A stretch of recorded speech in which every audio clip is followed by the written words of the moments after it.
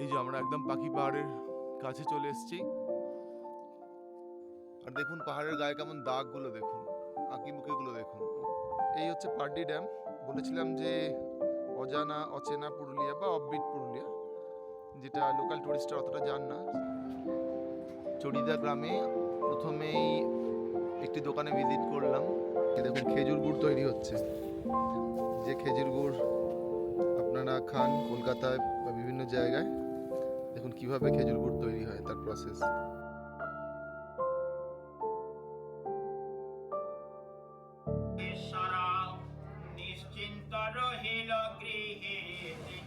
লহরিয়া শিব মন্দির, চলুন প্রবেশ করি। ওম নমঃ শিবায়।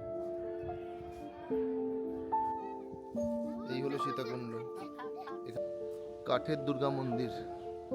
এটা ইউথ হোস্টেল অযোধ্যা পাহাড়ের খুবই কাছে।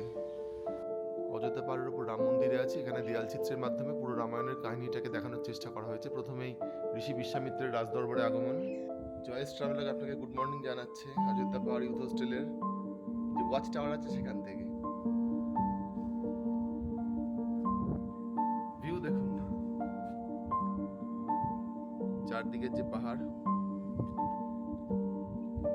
জুম করছি। চেক আউট করে এটা হচ্ছে ইউথ হোস্টেল অযোধ্যা পাহাড়ে। এদিকে আছে আপনার এই রাস্তা দিয়ে আপনাকে আসতে হবে, খুব সুন্দর রাস্তাটা। এখানে গাড়ির পার্কিং স্পেস। আর এই পুরোটা ইউথ হোস্টেল। এগুলো দেখুন আপনার এখানে লেখা রয়েছে নিয়ম এটসেট্রা। কালকে জেনারেটরের কাজ চলছিল বলে, ট্রান্সফরমারের কাজ চলছিল বলে কালকে অনেকক্ষণ লোডশেডিং ছিল। তো এটা আপনারা অনলাইনে বুকিং করতে পারেন। বুকিং কিভাবে করতে হয় জানতে চাইলে আমি সেই প্রসিডিওরটা আপনাদের একদিন দেখিয়ে দেবো। আর এটা হচ্ছে এন্ট্রি গেট।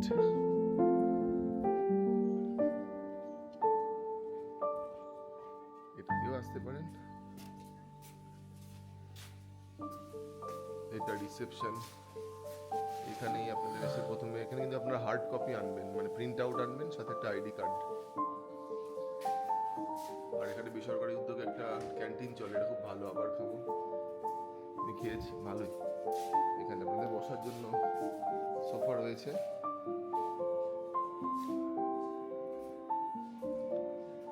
আর এখানে আপনাদের এটা এসি ডাবল বেডরুম, এটা নন এসি ডাবল বেডরুম 107। এদিকেও রুম আছে। আর সোজা গেলে বাঁদিকে ক্যান্টিন।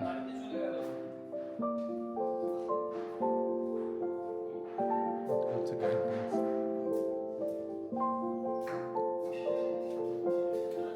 এই যে ক্যান্টিন স্পেস, সকালে পুরি সবজি এসব। আর এটা হচ্ছে রান্না করে ওরা। আর এটা দিয়ে আপনি বেরাতে পারেন, সুন্দর পরিবেশ। আর ডরমেটারিটা দেখাচ্ছি, এর ওপর দিয়ে উঠে যাবেন। মনে রাখবেন এখানে কিন্তু কোনো এলিভেটার নেই, কিন্তু সিঁড়িগুলো খুবই চওড়া, ভালো গভর্নমেন্ট প্রপার্টি। আর একটু মেনটেনেন্স দরকার আমার মতে। প্রপার্টিটা খুবই ভালো। আচ্ছা, আমি ছিলাম এই ডরমেটারিতে মাত্র 249 রুপিজে একদিনের জন্য। এই 212। ঘরটা একটু অগোছালো আছে, দেখুন এখানে সিকিউরিটি লকের ব্যবস্থাও কিন্তু আছে। কলিং বেল আছে, লাইট আছে, এখান থেকে এমসিবি গুলো অন অফ করা যায়। এটা পুরোটা করিডর, এর উপরেও আরেকটা ফ্লোর আছে, তারপর ছাদ আছে। তো আসুন রুমটা একটু দেখাই। এলো ডরমেটারি। দেখুন এখানে পরপর 8টা বেড আছে, এখানে 5টা। একটু অগোছালো হয়ে আছে, সবাই তো গুছিয়ে রাখেননি, আমি থাকছি না, তাই তাদের ওপরে। এখানে পরপর এরকম বেড আছে। টিভি কিছু পাবেন না, এখানে অনেকগুলো চার্জিং সকেট এটসেট্রা রয়েছে। এখানে রাখতে পারেন ছোট একটা স্পেস, আমি ইউজ করিনি। মহিলাদের হয়তো দরকার, বা যারা কিছু কসমেটিক রাখবেন। এখানে যেমন থাকে একটা ফুড হোল্ডারটা মোটামুটি কাজ করছে, ডাস্টবিনটা। এখানে আরো কিছু চার্জিং সকেট রয়েছে, কার্টেন রয়েছে। কার্টেনটা সরালে আপনারা বাইরের ভিউটাই পাবেন, করিডোরের ভিউটা। পাখা রয়েছে, এটা নন এসি ডরমেটারি। পাখা রয়েছে, আর টয়লেট যেমন থাকে তেমনই আছে। টয়লেটে কেউ একজন আসেন তাই দেখাতে পারলাম না, ওয়েস্টার্ন টয়লেট। আর এখান থেকে ভালো ভিউ, কালকে সন্ধ্যাবেলা একটা ভিডিও ক্যাপচার করেছিলাম। এটা আরেকটা ডরমেটারি, ফিমেল ডরমেটারি, 314, নিচেটা 212 মেল ডরমেটারি, যেটা আমি ছিলাম। সব জায়গায় সিসিটিভি ক্যামেরা তো দেওয়া আছে। এখানে একটা এসি ট্রিপল বেডের রুম আছে, জুম করে দেখাচ্ছি, 315, ভালো রুম, কিন্তু একটু মেনটেনেন্স দরকার। বাকি সবই ঠিকই আছে। এই পথে সম্ভবত ছাদটা যাওয়া যাবে। চলুন ইউথ হোস্টেলের ছাদে যাওয়া যাবে। দেখুন মেনটেনেন্সের অভাবটা কিন্তু সর্বত্র চোখে পড়ছে। এখানে কিন্তু সোলার প্যানেল থাকার কথা। খুবই দুঃখ লাগলো যে এখানে সোলার প্যানেল আছে, সবই আছে, ভিউ খুব ভালো। দেখুন সারি সারি সোলার প্যানেল, কত সোলার প্যানেল, আর দূরে দেখুন কত ভালো ভিউ ইউথ হোস্টেলের। উপর থেকে খুব সুন্দর আপনি পাহাড়ের ভিউ পাবেন। ওদিকে একটা ওয়াচ টাওয়ার আছে, ওয়াচ টাওয়ার দিয়ে খুব সুন্দর ভিউ হয়। এই ছাদ থেকে যা ভিউ, ওয়াচ টাওয়ার থেকে একই রকম।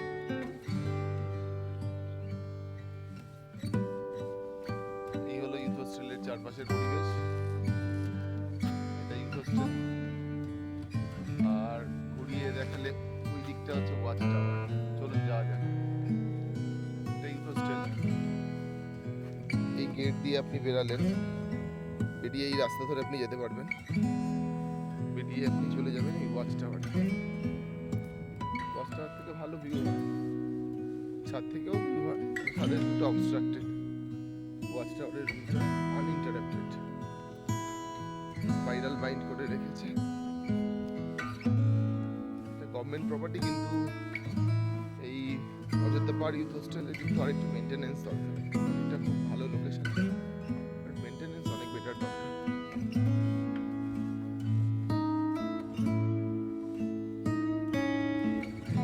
চলুন ওঠা যাক। খুব ভালো হ্যান্ডরেল, গ্র্যাব রেল রয়েছে, বয়স্কদের খুব একটা অসুবিধা হওয়ার কথা না।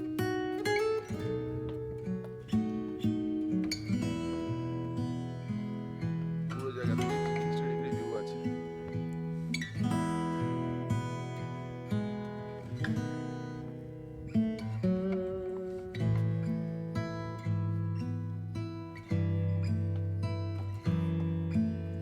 আমাদের মাথার একটু বাছি উঠতে হবে।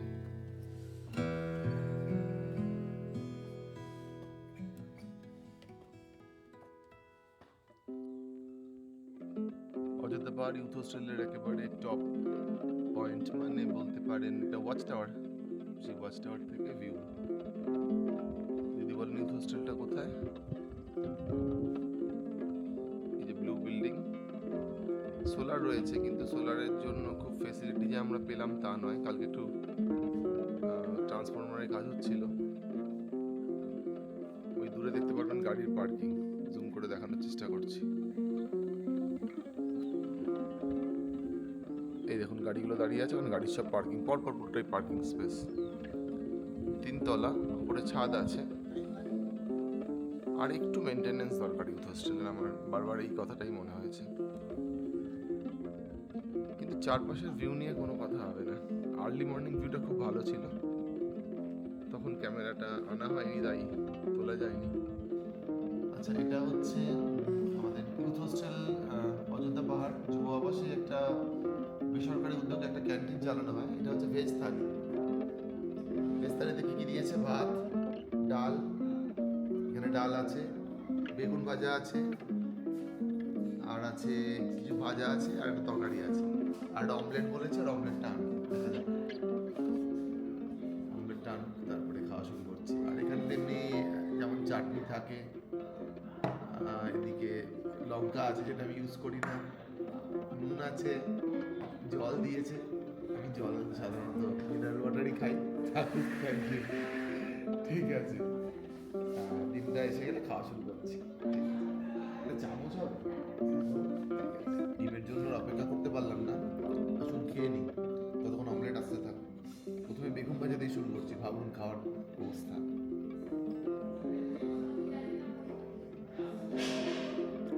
খাওয়ার মোটামুটি টেস্টি, গরম আছে, ঠান্ডার মধ্যে এই খাবারটা পেলেই ভালোই লাগছে।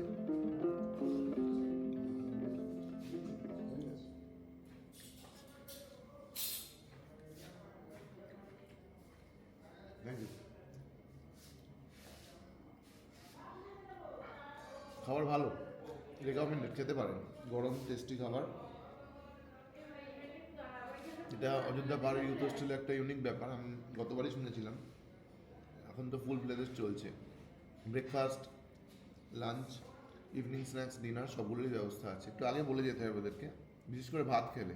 আমরা এখন এসেছি অযোধ্যা হিলটপের খুবই কাছে, এটা কাঠের দুর্গা মন্দির বলে। ভেতরটা একটা মন্দির আছে, দেখলাম 1980 সালে প্রতিষ্ঠিত হয়েছে। আর তার ভেতরে আরেকটা মন্দির আছে ছোট্ট, ভেতরে প্রবেশ করি, দেখাই, আসুন।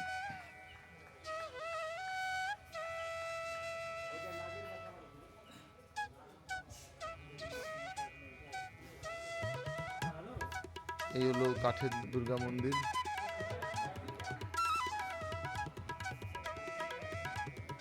এটা পুরোটা কিন্তু একটা হাঁস রয়েছে, দেখতে পাচ্ছেন আপনারা, হাঁস রয়েছে, প্রণামী বাক্স রয়েছে, এবং এর ভেতরে রয়েছে ইনি আদি, অনাদি, অনন্ত, যুগামী, অনাম ইত্যাদি নিজেই ভগবান বানিয়ে সৃষ্টি হয়েছেন, তাই ইনারই নাম ভগবান। বাহ, কথাটা বেশ ভালো লাগলো শুনে।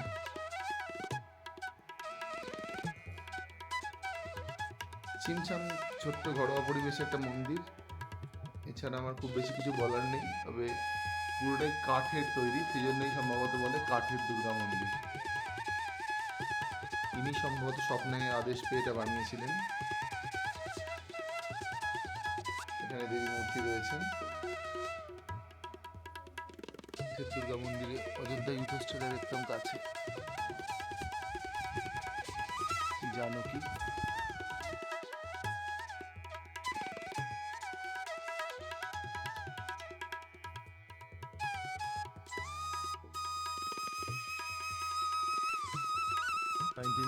এটা খোলা হয়েছে, লেখা আছে কাঠের দুর্গা মন্দির, অযোধ্যা হিলটপে ইউথ হোস্টেলের একেবারেই কাছে।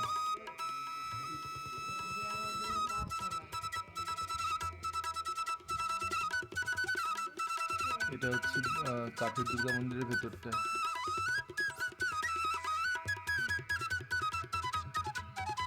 এই দুর্গা মন্দিরের কাছে একটা ঘর আছে, এখানে নাকি আগে নাগ থাকতো, এখন এখানে ঘরটা করা আছে।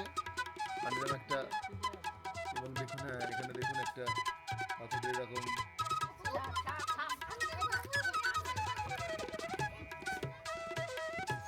এই হলো সীতাকুণ্ড। এখানে দেখুন ভেতর থেকে জলের ভেতর থেকে কিভাবে, দেখুন খেয়াল করুন কিভাবে এখান থেকে একটা ধোঁয়ার মতন উঠছে, ওটা কিন্তু সমানে হয়ে চলেছে, এরা ওখানে যারা কয়েন ফেলে তাদের সেই কয়েনগুলোকে ম্যাগনেট দিয়ে তোলার চেষ্টা করছে। এখানে খুবই দারিদ্র্যের ছাপ আমার চোখে ফুটে উঠছে আর কি। জানি না এগুলো বলাটা ঠিক কিনা, কিন্তু এই সীতাকুণ্ডর একটা ইতিহাস আছে, সেটা হলো স্বয়ং রাম এবং সীতা যখন এখানে এসেছিলেন, সীতার খুব জলতৃষ্ণা পেয়েছিল, তখন রাম নাকি তীর ধনুকের আঘাতে এই সীতাকুণ্ডটা সৃষ্টি করেছিলেন এবং সীতা দেবীর তৃষ্ণা মিটিয়েছিলেন। কিন্তু আমার কাছে যেটা দেখার বিষয় হলো, মিথ, সেটা হয়তো মিথ হতে পারে, আমার জানা নেই সঠিক কিনা, এই যে বাবল যেটা উঠছে সীতাকুণ্ড থেকে, সেটাই হচ্ছে খুব ইন্টারেস্টিং।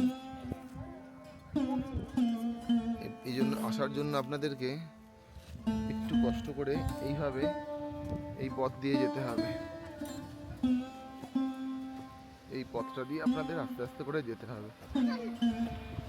একটু দেখে উঠবেন নামবেন, যারা বয়স্ক তারা হয়তো, আমি জানি না তারা পারবেন কিনা।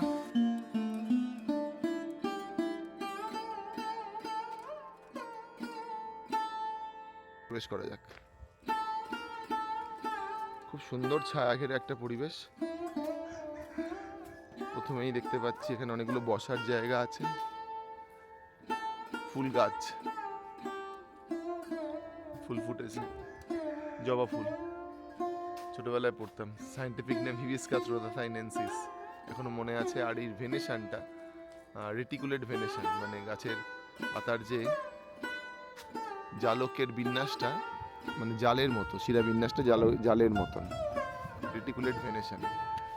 যাই হোক, এখানে খুব সুন্দর গাছপালা রয়েছে। এটা পূর্বাঞ্চল কল্যাণ আশ্রমের আন্ডারে পরে রেজিস্ট্রেশন নাম্বার দেওয়া আছে, বোর্ডে সমস্ত ডিটেলস দেওয়া আছে। 6টা মোট এরকম আশ্রম আছে, বাগমুন্ডি, ঝালদা, মানবাজার টু, বান্দোয়ান, বলরামপুর আর পুরুলিয়া শহরে।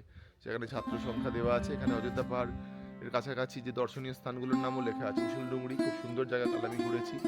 সীতাকুণ্ড বা যেটাকে ওরা বলে বুড়বুড়ি ভাড়ি, রাম মন্দির এখন ঘুরছি, ময়ূর পাহাড় কাল ঘুরেছি, বামনি ফলস যাবো, টুলকা ফলস রাস্তাটা খারাপ, যাবো কিনা ভেবে দেখছি, কারণ এই কোনো রকম সিঁড়ি এখনো পর্যন্ত নেই আর জলও নেই টুলকা ফলসে। এছাড়া আছে আপার ড্যাম, কাল ঘুরেছি। লোয়ার ড্যাম এখন যাওয়ার কথা আছে, ডাউরি খাল, মাঠা পাহাড়, পাখি পাহাড়। পাখি পাহাড় আপনাদের অন দ্য ওয়ে পড়বে, পাহাড়ের গায়ে পাখির ছবি আঁকা। সেটা খয়রাবাড়া ড্যাম আছে। আর অবশ্যই গতবারেও গেছিলাম, এবারে যাওয়ার ইচ্ছা আছে চরিদা গ্রাম, যেখানে ছৌ নাচ হয়, এবং মুখোশ গ্রাম যাকে বলে ওরা। এছাড়া আদিবাসী গ্রাম আছে। চলুন ভেতরে যাওয়া যাক। এখানে বসার জায়গা আছে, বয়স্করা চাইলে বসতে পারবে। বাগান আছে এবং এখানে লেখা আছে যে কবে মকর সংক্রান্তির সময় এখানে অন্নদান উৎসব হয়, সেটা লেখা আছে। বাগান, এখানে গাঁদা ফুল।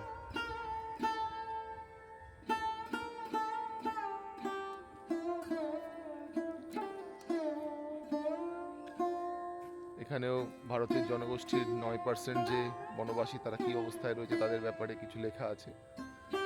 এটা পূর্বাঞ্চল কল্যাণ আশ্রম, তার সদর দপ্তর যেটা কলকাতায়, সেটার ব্যাপারে লেখা আছে। দান নয়, দায়িত্ব। এটা কিন্তু খুব ভালো লাগলো আমার। আমরা দান করি না, এটা আমাদের দায়িত্ব এই বনবাসীদের জন্য কিছু করা। এখানে দেখুন গাঁদা ফুল।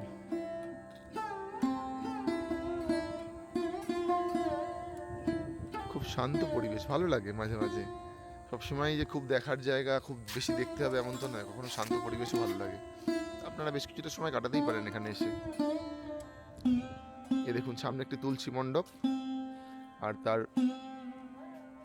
পরেই রয়েছে মূল মন্দিরের প্রবেশ পথ।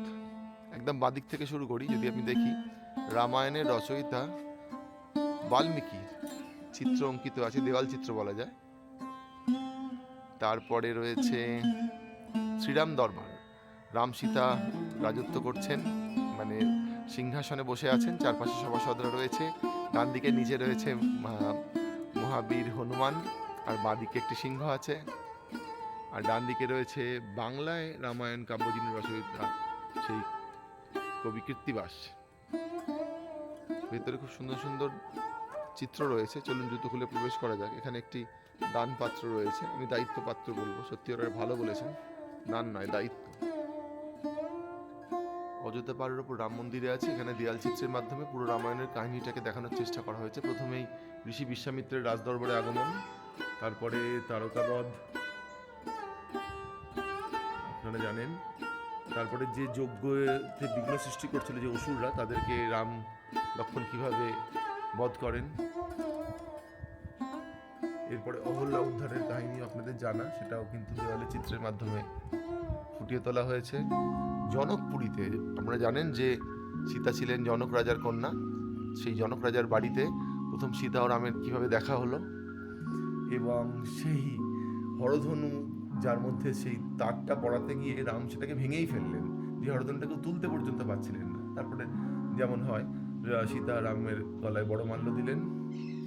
তারপরের ঘটনাকে একটু স্কিপ করে দেখানো আছে রামের বনবাসের উদ্যোগ, আর বনবাসে যাচ্ছেন রাম। তো কেউটের নৌকা পার হলেন, নৌকা পার করে সেই পাহাড় বৃষ্টিত সমুদ্র উত্তাল ঢেউয়ের মধ্যে দিয়ে কেউটে কিভাবে নৌকা পার করে দিলেন।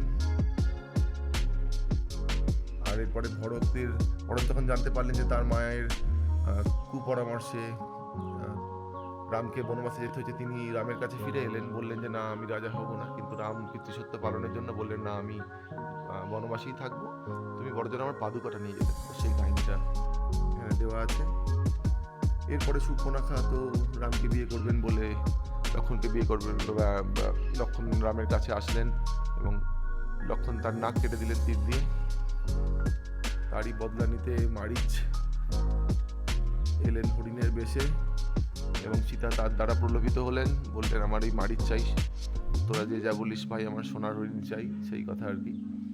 কিন্তু রাম চলে যাওয়ার পরে সব বুঝতে পারছিলেন লক্ষণ তখন ওই লক্ষণ রেখা কেটে দিয়ে বললেন যে যাই হয়ে যাক না কেন তুমি কিন্তু এই লক্ষণ রেখা পেরিয়ে যেও না। কিন্তু যা হয়, ছদ্মবেশে, ঋষির ছদ্মবেশে, ভিখারির ছদ্মবেশে রাবণ এসে তাকে অপহরণ করলেন। জটায়ু যথাসম্ভব চেষ্টা করেছিলেন, কিন্তু জটায়ু পারলেন না রাবণের সঙ্গে, তার ডানা ছিন্ন হলো, আর সবশেষে সবরই মিলন দেখানো হয়েছে। এই ছিল রাম মন্দিরের ভিডিও। বেশ ছিমছাম সুন্দর একটা পরিবেশ, চারদিকে প্রচুর গাছপালা, আপনাদের ভালো লাগবে ডেফিনেটলি আমার মনে হয়। এখানে ভেতরে যে রাম, সীতা, লক্ষণের যে বিগ্রহ আছে তাকে কিন্তু শাল পরানো আছে, দেখুন শীতের জন্য, দেখুন দারুণ লাগলো আমার। তাদের যে প্রাণ আছে, প্রাণ প্রতিষ্ঠা, দেখুন শাল পরানো রয়েছে। আর পুজো হয়েছে, চাইলে আপনারা প্রণামী দিতে পারেন, প্রণামী বাক্স রয়েছে। তো এইটুকুই, বেরিয়ে পড়ি। এখানে খুব সুন্দর ছায়া ঘন একটা পরিবেশ, চারপাশে গাছগাছালি আছে।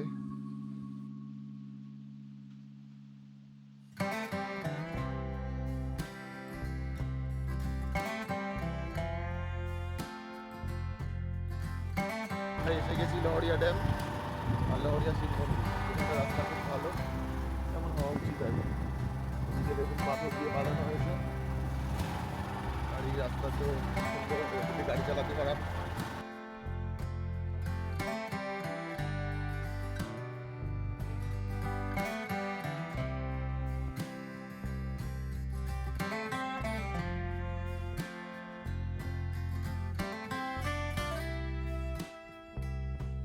লহরিয়া শিব মন্দির, চলুন প্রবেশ করি। ওম নমঃ শিবায়।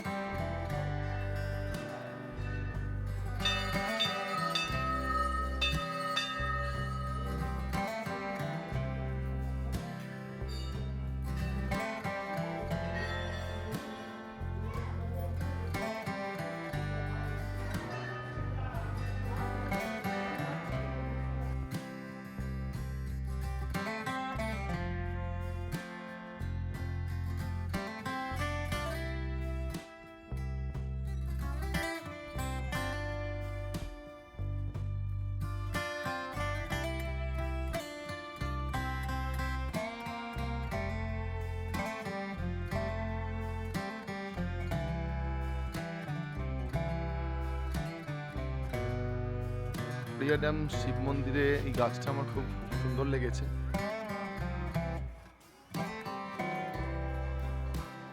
সামনে দেখতে পাচ্ছেন শিব মন্দির, ওম নমঃ শিবায় লেখা।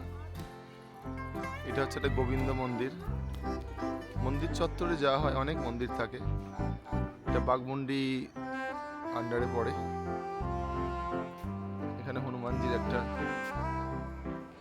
পুজোর দেওয়ার স্থান রয়েছে, ওদিকে আরেকটি মন্দির আছে।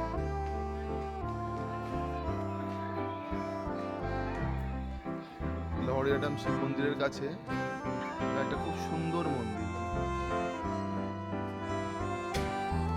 রাধাকৃষ্ণ বা রাম সীতা এরকম কিছু, খুব সুন্দর। লক্ষ্মীনারায়ণ, একদম ঠিক, থ্যাংক ইউ। লক্ষ্মীনারায়ণ মন্দির এটা। ও ভাবছেন তো অচেনা পুরুলিয়া দেখাবো বলে, সবই তো চেনা পুরুলিয়া দেখাচ্ছি, তা নয়। এই দেখুন খেজুর গুড় তৈরি হচ্ছে। যে খেজুর গুড় আপনারা খান কলকাতায় বা বিভিন্ন জায়গায়, দেখুন কিভাবে খেজুর গুড় তৈরি হয়, তার প্রসেস।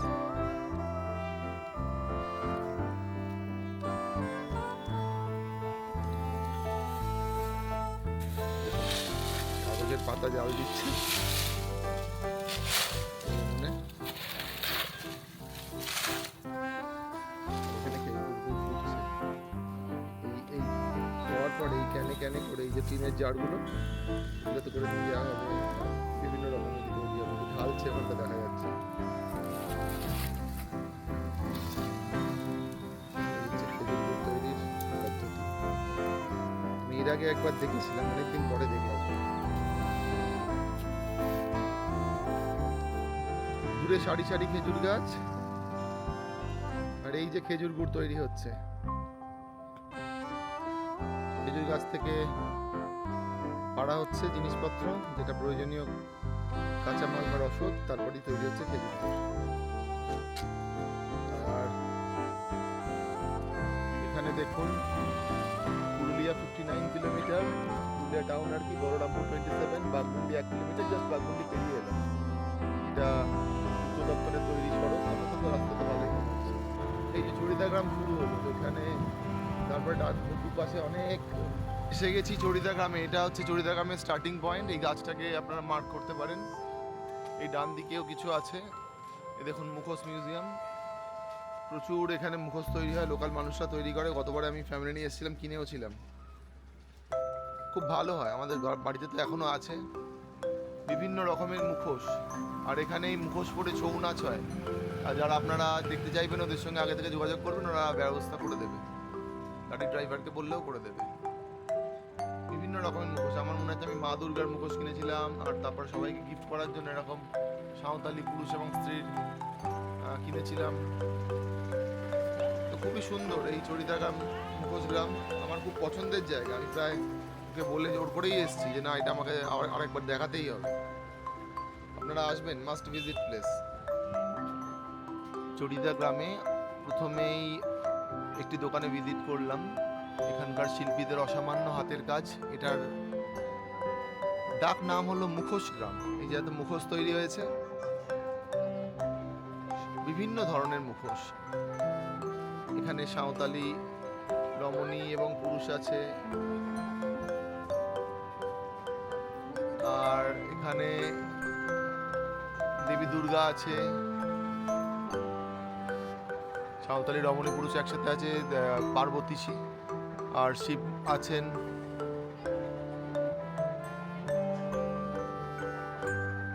গণেশ ঠাকুর তো অবশ্যই আছেন। দক্ষিণ ভারতের যে নৃত্যকলা, সম্ভবত কথাকলি, তার মুখোশও রয়েছে।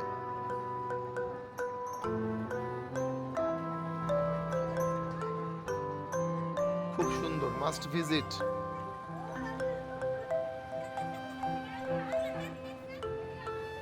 চলুন পরের দোকানটা যাওয়া যাক।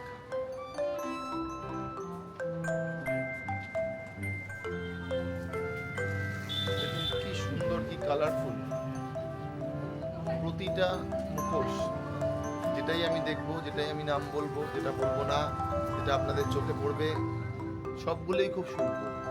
পুরুলিয়া বেড়াতে এসে কিন্তু চড়িদা গ্রাম অর্থাৎ মুখোশ গ্রাম ইজ আ ম্যান্ডেটারি ভিজিট। এটা কিন্তু মিস করা যাবে না।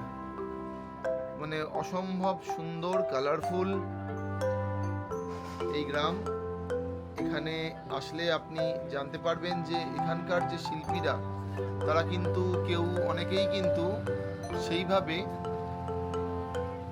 প্রাতিষ্ঠানিক কোনো শিক্ষা বা আঁকা শেখেনি। তারা কিন্তু তাদের বড়দের থেকে, বাবা মা, ঠাকুমা, ঠাকুরদাদা বা এরকম জাতীয় যারা আছেন, তাদের থেকেই শিখে শিখে, দেখে দেখে শিখে শিখে এই জায়গায় পৌঁছেছে। তা এটা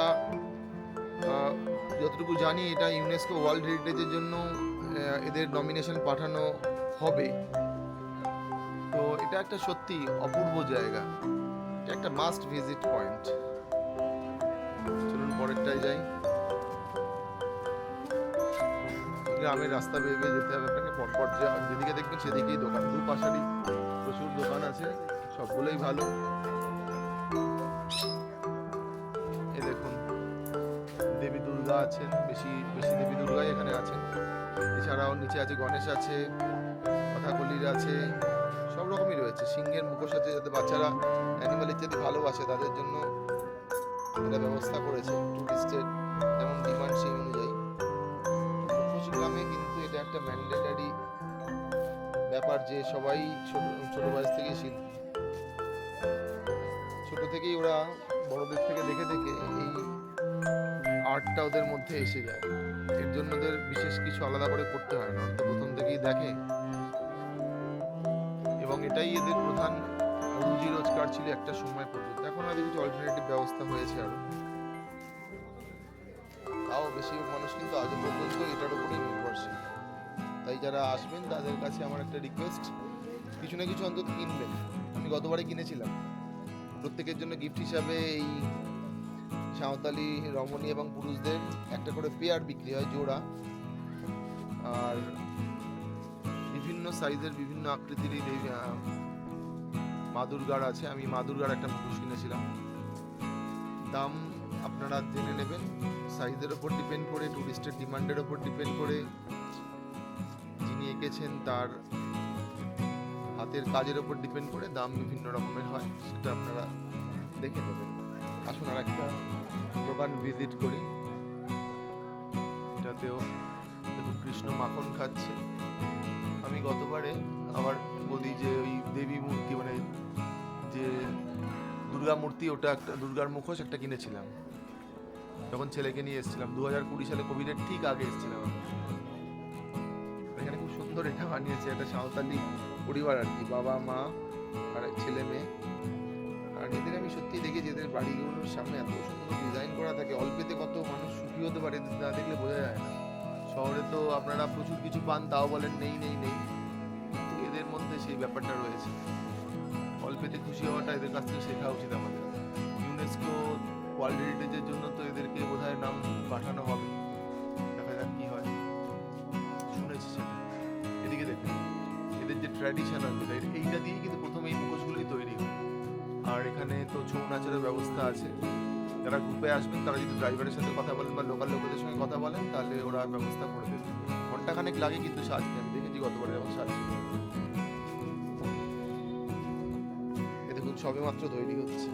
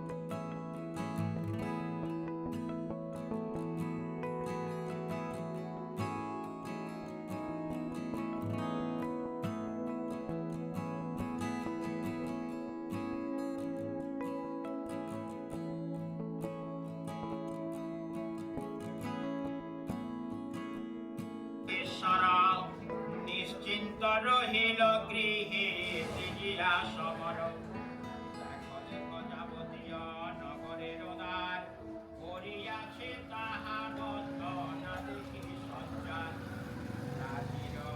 করি করি কষ্ট সন্ধারণ, ভ্রমিতেছে অবিচ্ছেদে নিশাচরগণ, ইথে অনুমান করি রাজা রসানন।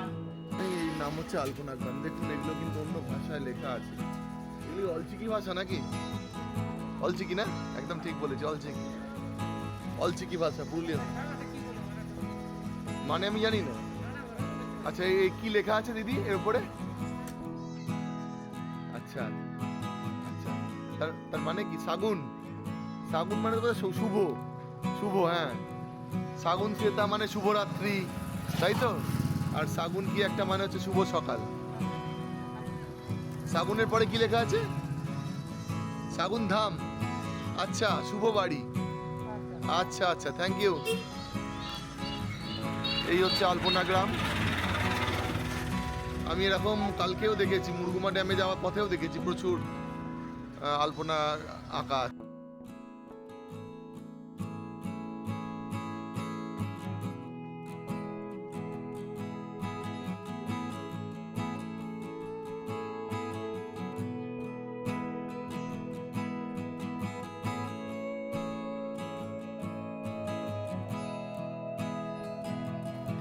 এই ডান দিকে হচ্ছে বড়াবুম স্টেশন, আর এই রেলগেট এখন আমরা দাঁড়িয়ে আছি। একটা ট্রেন আসছে প্রবাবলি, তাই জন্য গেটটা পড়ে আছে। ট্রেনটা চলে গেলে গেটটা খুলে যাবে, চলে যাবে। এই সামনে হচ্ছে বড়াবুম স্টেশন, এই ডান দিকে। আর এখানে এই রেলগেটটা আছে। এসে গেলাম বড়াবুম স্টেশন। এদিকে ওভারব্রিজ দেখা যাচ্ছে, ছোটই স্টেশন, তেমন কিছু নয়। এখান থেকে আমার রাত্রি আজকে চক্রধরপুর প্যাসেঞ্জার এক্সপ্রেস যাই বলুন না কেন আছে 8:05 টাইম, কিন্তু রোজই লেট করে। কালকে 1 ঘন্টা 19 মিনিট লেট ছিল। দেখা যাক, দেখা হচ্ছে একেবারে ট্রেনে উঠে অথবা বাড়িতে গিয়ে।